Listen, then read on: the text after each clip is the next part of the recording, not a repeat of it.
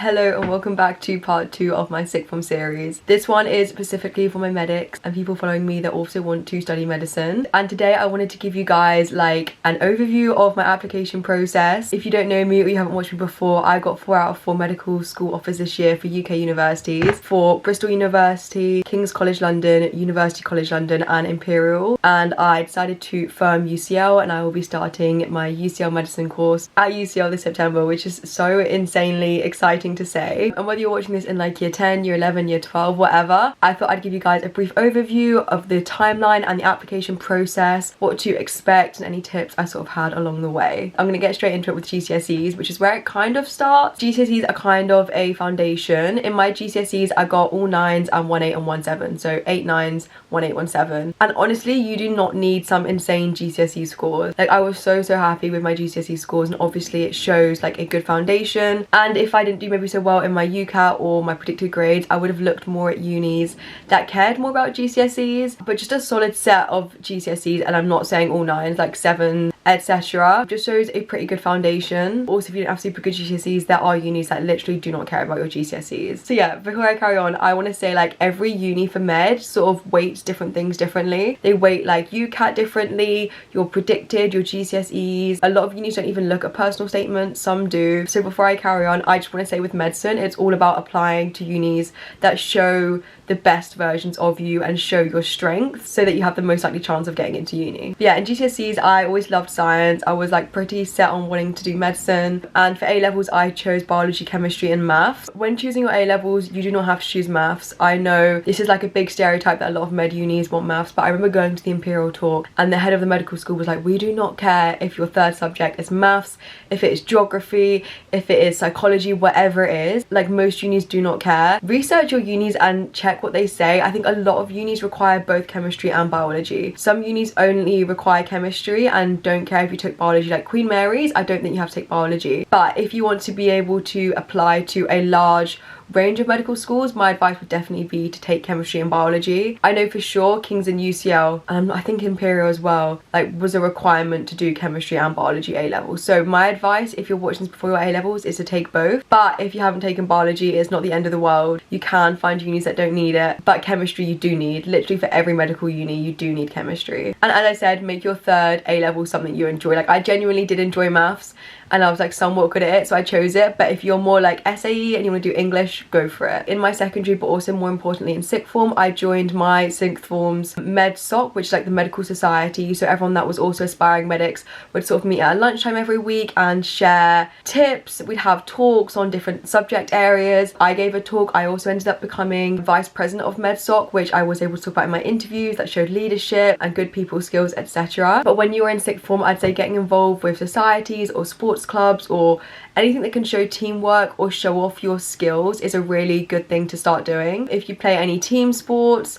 or say you like debating, debate soc is a really good way to show that you can communicate clearly and effectively with other people. Just get into as many clubs and societies as you can, because when it comes to personal statement and interviews, you basically want to have real life examples showcasing your skill set and showing you off as a person. I also started applying for work experience early year 12, so I started volunteering in a care home almost immediately after starting year 12, I think around October, and I did this weekly for 2 hours every week. This is not necessary. I just felt like working in a care home for like, I did it for about 1.5 years, sort of showed commitment to the care home, and because I was there so often, I had a lot more stories to tell. Not stories, but like experiences that I was able to reflect on when it came to interviews and when it came to my personal statement. And also I do just think being in a care home is a very good like experience and exposure to sort of the healthcare setting and healthcare roles. And I did love my care home. It was literally like a 10-minute walk from my house, so it was really easy to get to, and definitely something I would recommend if you can get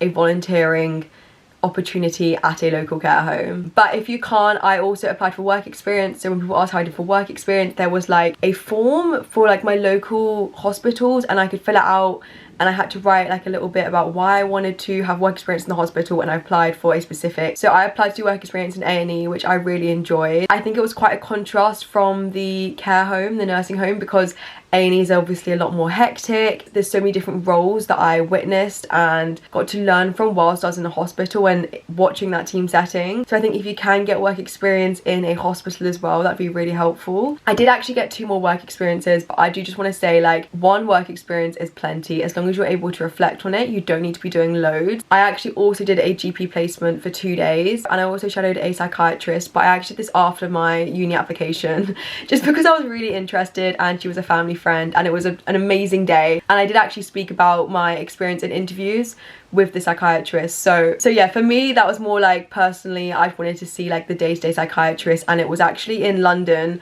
where she was treating homeless people. So it was a super amazing experience that I didn't want to miss out on. But those were the 4 work experiences I did. Some unis don't even require you to have medical work experience. If you work at a local newspaper agent, or you work at your local football club, anything that just shows people skills and shows commitment can be really good to reflect on. Any experiences that you sort of have with like an angry customer or anything like that, and how you dealt with it, is just good ways to show your skills, as I've said so many times. So if you can get work experience, I would definitely recommend it, just so the universities know that you understand what a job like as a doctor or in healthcare is like. But if you can't, do not stress. As long as you have some sort of experience, even if it's like working in a charity shop, then I would definitely recommend you do that as well. All throughout year 12 and year 13, I kept a list of everything I did. I'm gonna go onto my list of the other like supercurriculars I did. I don't even know how many of these I mentioned in my personal statement, but I was just very set on, like, I wanted a large list of things that I could dip in and out of what I wanted to choose. But again, you don't need to be doing as much, I reckon. So I also did maths mentoring at my sixth form, maths and biology mentoring for the lower years. So that sort of showed the ability to communicate with younger people, and showed, again, time commitment to every single lunchtime, giving it up and helping another student. I was also part of the school council. Just all things on my list, like playing tennis. I did an invest in 5-day summer course, which you do pay for, and I'm very much saying that that is not necessary at all because it's super expensive, but thankfully I had the opportunity to go, so that was amazing. If you can present at any sort of society, that's a really good thing to show skills. I was also senior prefect and a few fundraising type things. I just basically wrote down this huge list every time I did something. And then when it comes to writing your personal statement or interviews, my biggest tip is, and this is exactly what I did, I looked up like the unis I wanted to go to. So say for King's, and it'd be like, they'd have an article on like the qualities of a doctor, or even just on Google, like, what are the main qualities of a doctor? And you'd get like empathy, teamwork. Okay, yeah, flashback to my interview season, but like communication skills, empathy, teamwork, leadership, etc. Like as many things as you can get involved in to show these things. So for example, any of my team sports were teamwork, presenting in medsoc, the mentoring, that is all sort of like communication skills. The fact that I was vice president of medsoc, I was a senior prefect, that shows leadership skills. You can talk about D.A.V., that's also leadership if you had a certain experience. Literally just write down everything you can, and as many things as you can get stuck into that you enjoy, I would recommend. But don't do a copious amount to the point where it's like it's unnecessary and you're not enjoying it. Like, just do as much as you can enjoy. My main advice with medicine is that it's such a difficult process, like compared to most other just university courses where it's just a personal statement and you apply. There are so many different aspects of med that I'm talking to you through now, and don't push yourself to do things you don't enjoy. Like, take up the parts of med that you enjoy, and that's exactly what I did. Like, for example, I'm not a big reader, and I never really read that many books for my interviews or personal statement. I didn't really write about books. I used to love reading the BMJ, which is the British Medical Journal. I'd also say if you can get your hands on that. My Med Society had a free subscription for it, so I had free access. But that is like constant updates to things that are going on in the medical world, the latest news. As long as you can show your interest, I was always very updated on the news, especially medical news. I'd go on to BBC and just click on the medical tab and be reading latest articles on the bus, on the way to school.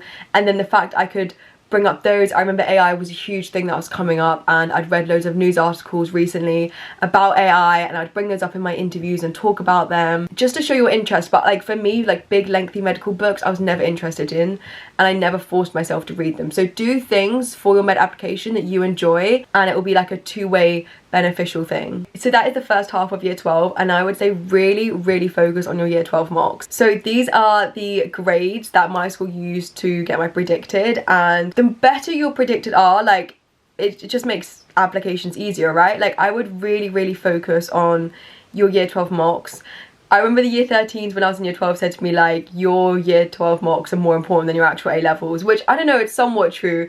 Still focus on your actual A-levels because they're tough, but do not slack in your year 12 mocks. Like, getting a good predicted just puts you in a much better place when you come to applying. And then after I finished my year 12 mocks, which were like April, I took a little break, and it's so important you take a break before going straight into UCAT. Let me just reiterate, because you do not want to be burnt out. Take a little break, and then I started looking to UCAT. So I used Medify predominantly, like, the entire way through my UCAT. I have a UCAT vlog up where I literally like vlogged almost every day throughout summer, showing you guys my UCAT journey. But that is when I started focusing on UCAT. I also did begin drafting my personal statement over summer, but the main priority for all you aspiring medics in your summer is UCAT. Like, don't worry about work experience, don't worry about your personal statement, focus on your UCAT, the forbidden U word. I know it's so stressful, it's so easy to get burnt out, there is so much pressure on it. It is horrible, but I promise you, you'll get through it, and once it's over, it's over. But that would be my main priority for you all. As I said, I used Medify, and then towards the end, when I'd done quite a few of the mocks on Medify, I did get med entry for like 2 weeks, just because I wanted to see the differences. All of this is on my UCAT vlog, by the way, but UCAT is the next big step of your year 12 summer. And then once you've done your UCAT, again, take a break. This, especially with medicine, when there are so many steps, you have to make sure you constantly like take breaks when you need them, celebrate after you've done your UCAT, after you've done your mocks, and like be proud of how far you've achieved, otherwise you will burn yourself out. Once you have got your UCAT score, I think this is when you should start looking at which unis you want to apply to. If you go onto a university's website, you can usually see like their average UCAT score that they allow in to like their university, like the lowest band, the highest band, and the average, and you kind of get like an idea of which universities you can apply to. I was so lucky with Imperial, actually. Their cutoff was 3020, I think, for my year, and I got 3030. I know like the whole UCAT this time has changed because they've taken out AR, I think, which just sucks because I loved AR, but I mean, some people will prefer it. But yeah, do your research, because if you don't get a super high UCAT score, it's not the end of the world, I promise you. There are so many universities that don't weight UCAT as much, and so many amazing universities you can still get into regardless of your UCAT score. Although UCAT does suck and it can seem like the end of the world if you haven't done it as well as you wanted to, please do not let it get you so down, because I promise you, if you do your research and apply to the right unis, you will be fine. And then year 13 started. That was when I was properly getting my personal statement together. Let me check if I'm allowed to share my personal statement. Online it says it's not good to share your personal statement. I swear I've seen other people do it though. Apparently UCAS says it's like not recommended to share your personal statement, so I'm probably not gonna post my personal statement online, but there are loads of videos online which sort of explain you and walk you through the personal statement process. All of my unis apart from Bristol actually didn't care about my personal statement, I don't think, so this was kind of a lot of waste of my time because this took me so long. I remember the first time I wrote my personal statement, I sent it to like, in my sixth form you have like teachers that sort of read through your personal statement and like approve it, and the first time I gave in my personal statement, my teacher was like, this is awful, like rewrite the entire thing, and I literally cried and cried and cried, and then I rewrote the entire thing.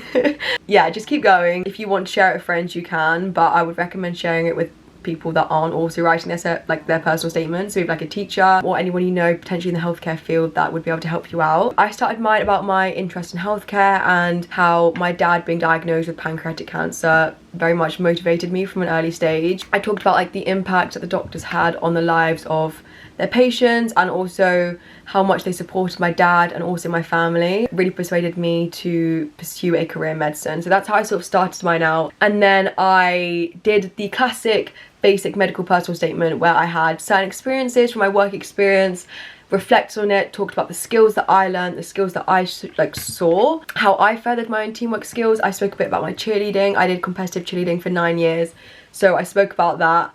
I spoke about AI a little bit because that's something I was really interested in actually. I remember that I used to read so many AI articles and how it could possibly benefit in the medical field. And then a little conclusion. I think I did 3 different work experience paragraphs. So yeah, I am not an Englishy person. I hated my personal statement. I hate essays. I hate all of that. Sorry to be so negative. You will be fine though. I'm saying this because I very strongly dislike writing personal statements, and I was still doing year 13, like keeping up with my schoolwork. and applying to universities and writing my personal statement. Like, you will 100% get through it. There is so much online about how to write your personal statement. I don't want to give you like exact in-depth advice. This is just a whole general overview and sort of my timeline. But yeah, in October you finalize your personal statement, you finalize your university choices, and you submit your UCAS. If you don't know what a UCAS is, it's basically just like the website or the system that you submit your university application with. And then I started preparing for interviews super early. So I started preparing like end of October, start of November, just because some people were saying you can get interviews like at the end of November, like as early as that. I was quite lucky in terms that my first interview was actually like January the 6th or the 13th, I can't remember. But it was like early January, so I'd been preparing for like over 2 months by the time my interviews came around, so I was quite prepared. But some of my friends did have interviews like early December, so I personally would recommend starting your interview revision early. My biggest interview advice would be to use UCAT people. 100%, like, you can do all of your interview revision off UCAT people. I will put the title on the screen. Please look it up, please use it. I'm looking it up now, but it honestly has every single type of hot topic you could possibly imagine, every type of medical ethic you would want to ever read about, different case studies, practice questions, like an interview guide. There is so much, like a whole MMI interview guide. Or I didn't do any panel interviews, so I can't say much about that, but MMI, I literally completely used the UCAT people, and then I would just use Notion and I'd write like little toggles, I'd write myself out little questions, or I'd make flashcards with the basic questions. I always prepared for the basic questions, which is, why do you want to study medicine? And there are a few other basic ones. If you look online, you'll like know them. I actually only got asked that once, the why do you want to study medicine? So maybe not as basic as you may think, but it just completely depends on the university that you apply to. Find out as much information about your interview process for the university that you have got an interview for, and then you can kind of structure potentially your revision around that. But my advice would just to be doing as many NHS hot topics as you possibly can. Back to what I was saying, I had a Notion page with like all the little toggles of different topics, and I'd do my own notes and my own research, and then I'd practice with friends. Huge top tip is to practice with ChatGPT, which I know sounds weird, but it genuinely, I use ChatGPT so much throughout my A-levels and sick from experience. And I'm definitely going to speak about this more in my next video when I say about how I revised for A-levels. Honestly, ChatGPT was probably my main resource, like 100%. Be aware, like, it can get things wrong. Like, during my A-levels, I never used it to like learn new information because it did get stuff wrong. Like, you'd have to sort of know. But in terms of revision, it's amazing. Like, it's so good. Especially with interviews, you can talk to it. So I would literally say to ChatGPT, I'd use the voice function. I have my King's interview. Please ask me a series of MMI interview questions.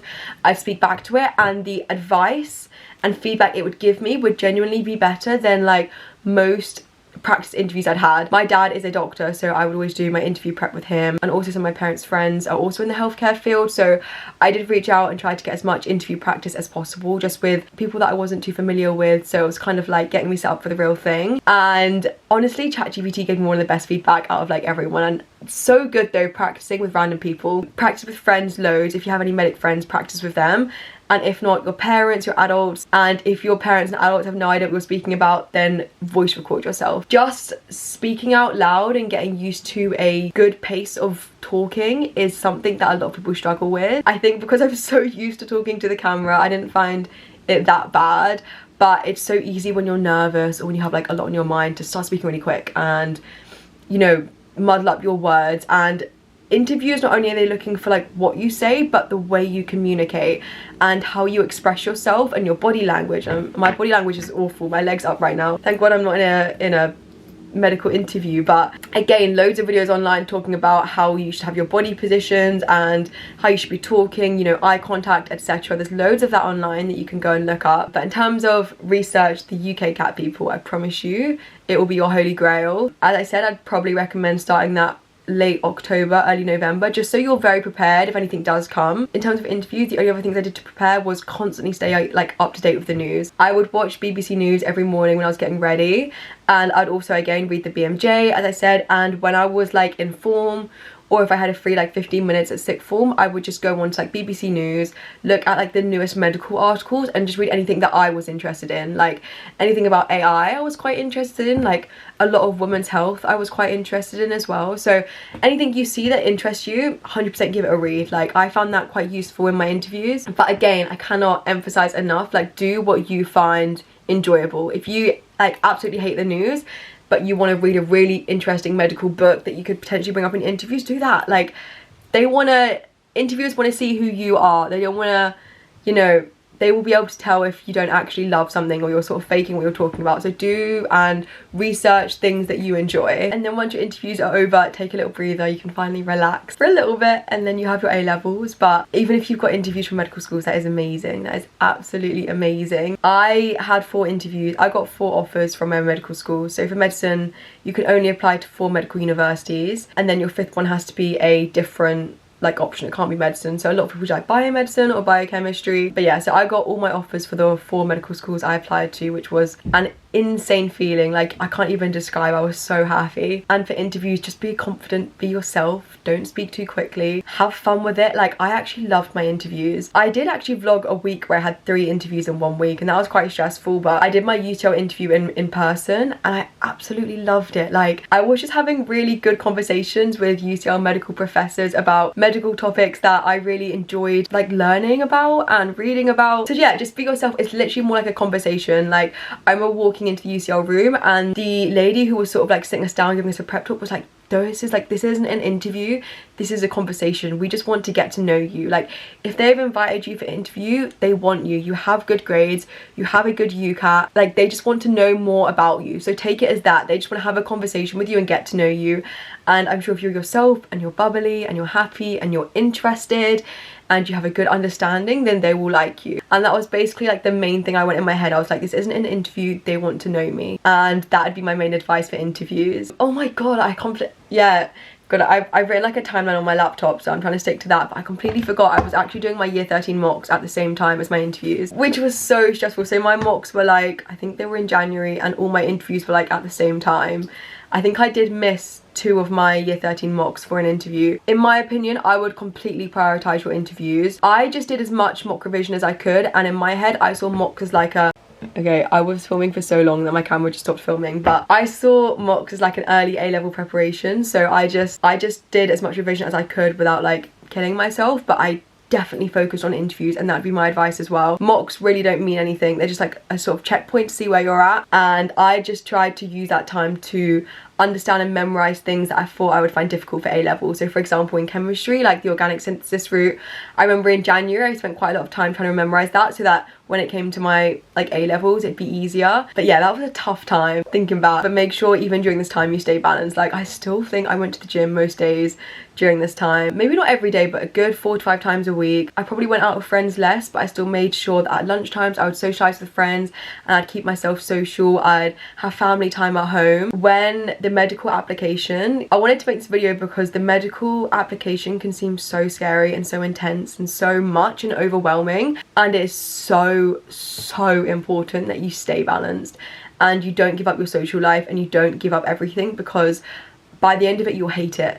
If you have like completely torn it yourself whilst you're applying for medicine, you'll get to the end of it and you'll be like I'm dead, like this isn't me anymore, you know, and you won't even enjoy it. Like, obviously you're not going to love the medical application, but I loved my interviews, to be honest, and you can still have a good balance during all this, and that would be my biggest advice, because you don't want to come out the other end of it feeling like awful. And then A-levels, I started revising in April, I think. I was pretty late. A lot of my friends started in like March, February, but I like needed a break from like interviews and stuff. Like, genuinely, I think I went skiing in my February holiday with one of my friends, and I still took a few weeks after that, and then I just started small bit. I just started on my weakest areas. I do literally like half an hour, 45 minutes a day. If you watch my A-level vlogs, I was actually crazy. Like, I used to wake up a lot of the time in the mornings and do like 5:30 to 6:30 a.m. revision sessions. That would be like my sort of hour of work of A-level revision I'd do a day, and then in the evenings I would do like homework I was set, which was quite extra. I'm not saying you have to wake up that early, but I just found that like I'm more of a morning person, so I found that worked. But just being organised during A-levels would be my main advice. If you watch my sixth form tips,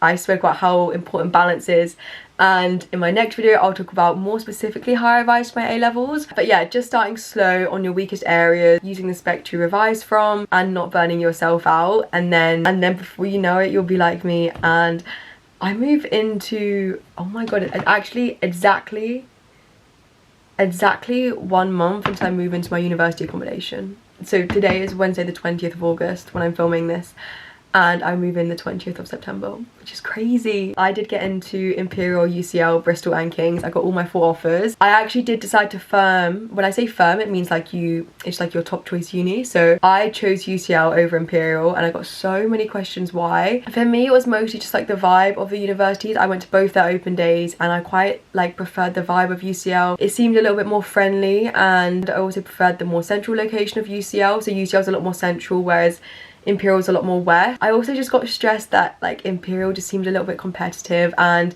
a medical degree is a medical degree at the end of the day, no matter where you get it from. So completely for me, I was choosing my university of where I think I'd enjoy most. UCL's facilities are obviously still amazing. It's still an amazing uni, so I wasn't worried about having lesser of a good education at UCL. And everything I loved about UCL compared to King's was that in King's you sort of had a medical and dentist campus, which was separate to all the other subjects, whereas at UCL everyone is on the same campus, which I thought was nice because then I can mix and meet people from different courses and be less isolated. But yeah, I also much preferred the interview for UCL. That was the only one that was in real life, and actually going to university, I had a tour after. I got to speak with a lot of the UCL medic students. They just seemed very, very welcoming at UCL, very much like they wanted you, and like they were very supportive. Interview process, this is just my opinion, but for Imperial seemed a lot more sterile. Like it was very good, very clean, very organized, but just seemed more sterile, if that makes sense. Whereas UCL just seemed more enjoyable in my opinion. The intercalation options, which is like your year out where you can like do something else for a year, I also preferred at UCL. I think the options at UCL, in my opinion, for me, I found more interesting, and I also preferred the sports teams at UCL. So yeah, I don't know, I just had this gut feeling, honestly. Like there's nothing major that I was like, no Imperial,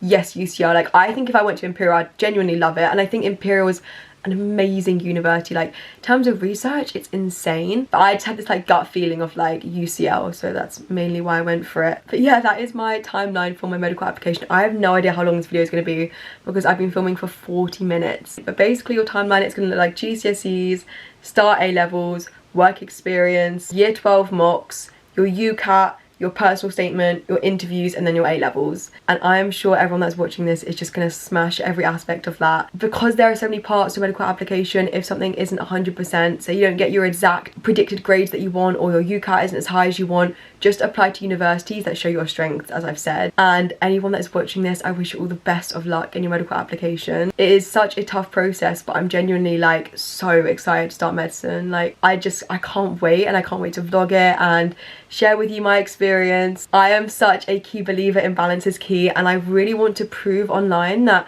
whilst I study medicine, or hopefully anyways, you can still have a balance, because I was so close to being put off from medicine by the fact that people were saying when you do medical degrees you're like constantly tired, you have no work-life balance, you have to quit all your sports, and I am determined to prove that that is not true. So yeah, if you enjoyed this video and you want some more medical school vlogs, then please do subscribe because they will be on your way. And thank you so much for listening and watching. If you have any questions, please do leave them in the comments below, and stay tuned for next Wednesday's video, which is going to be how I revised for A-level biology, chemistry and maths.